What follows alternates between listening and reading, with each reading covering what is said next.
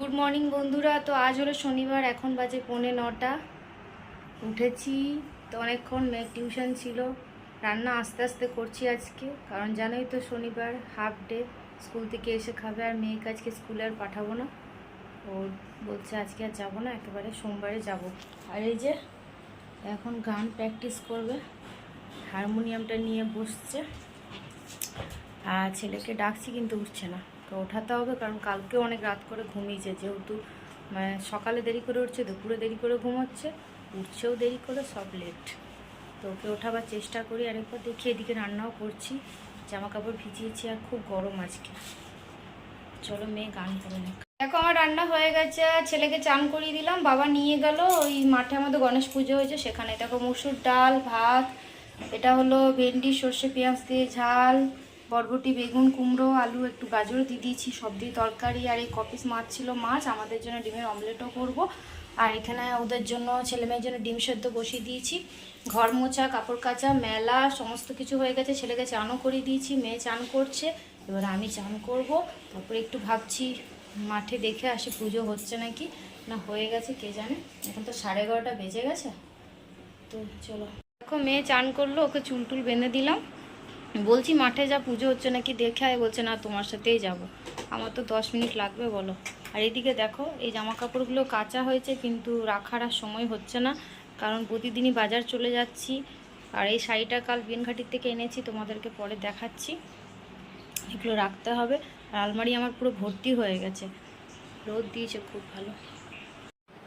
তো আমি চান টান করে মাঠে একবার এলাম, বললাম ঠাকুরটা দেখে আসি চলো। তো এখানে পুজো হয়ে গেছে। দেখো এখন বাজে 3:10। আর আজকে শনিবার, ওর বাবা তাড়াতাড়ি চলে আসার কথা, কিন্তু বলছে একটু কাজ আছে, একটু দেরি হবে। তো ভাবলাম ঠিক আছে, অন্যদিন তো একা একা খাই।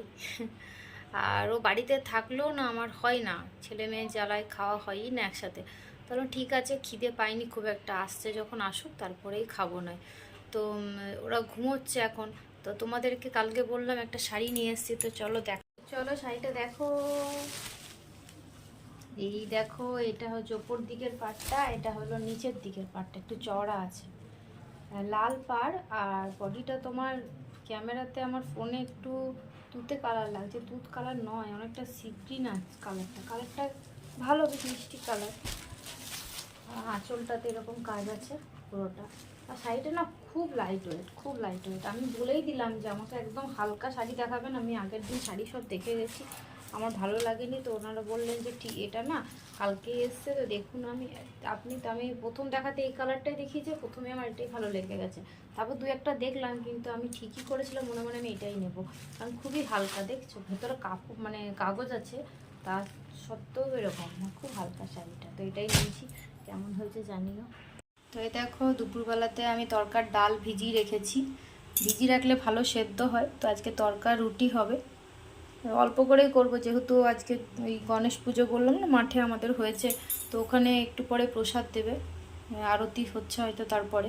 তো ছেলেকে নিয়ে ওর বাবা ওখানেই গেল, মেয়ে পড়ছে, ওর পড়া হোক, তারপর আমিও যাব। তো এই জন্য এটা সেদ্ধ করে এটা করে যাই, এসে রুটিটা করব তখন। তো এই 8টার দিকে আমি চলে এলাম এখানে। তো এখানে প্রসাদ দেওয়া হচ্ছে, আর ছেলে মেয়ে আমি আসার আগেই আমার বাবার সাথে চলে এসছে ওরা। তো এখানে লাইন দেখেছো, লম্বা লাইন। আমি বললাম একটু পরেই প্রসাদ নেব, একটু ফাঁকা হোক। আর ছেলে এত ছুটছে মাঠের মধ্যে, এখন তার মাঠে আসতে পারে না বৃষ্টির জন্য, তো কি ছুটছে কি বলবে। মানে মেয়েকে ধরতে পারছে না, আমি ছুটতে পারছি না, পুরো ঘেমে টেমে অস্থির হয়ে গেছে। মেয়ে ধরে নিয়ে আসছে, জামা টামা পুরো ভিজে গেছে। ছেলে এতটাই ঘেমে গেছে যে ওর জামা, তারপরে মাথা চুল টুল পুরো ভিজে গেছে। ওকে আমি বাড়িতে নিয়ে গিয়ে জামা চেঞ্জ করি আবার নিয়ে এলাম।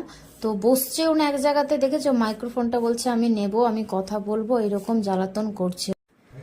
তো আমি তো বললাম যেতে পারিনি, আমি পাড়াতে যেহেতু পুজো হয়েছে ওখানেই ছিলাম। তো আমার ভাই আর ভাইয়ের বউ ওরা গেছিলো আমাদের এখানে যা যা ঠাকুর হয় সামনে আর কি, সেদিকে এদিক ওদিক ওরা বেড়াতে গেছিলো। তো ওরা ভিডিও করে নিয়ে এসছে, দিয়ে আমাকে ওগুলোই বললো তুমি একটু শেয়ার করে দাও সবার সাথে।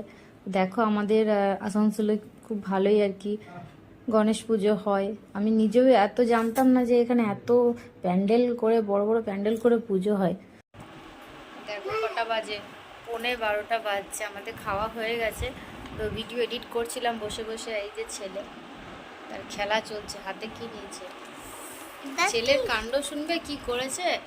ওর বাবা মেয়েকে বকছিল, তো ও বুঝতে পেরে গেছে, মানে কথাতে এমনি বকছে, এটা করিস না তুই, ওটা করিস নি কেন এরকম। তো ছেলে বুঝতে পেরে গেছে দিদিকে বাবা বকছে, মানে নিজে দিদিকে মারবে ঠিক আছে, কিন্তু অন্য কেউ দিদিকে মারলে বা বকলে সে তাকে মেরে ফেলবে একেবারে। তো বাবাকে এসে বলছে যে দিদি ভালো হয়ে যাবে, তোমাকে মারবো আমি, তোমাকে গুলি করে দেবো, পুলিশকে ফোন করছি। ফোন নিয়ে বলছে পুলিশ পুলিশ।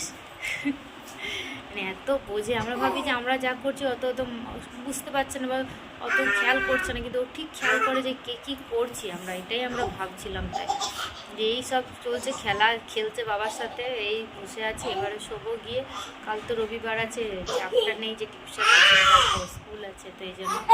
চলো ভিডিওটা আজকে আমি এখানে শেষ করছি। সবাই সুস্থ থেকো, সাবধানে থেকো, তো টাটা, গুড নাইট।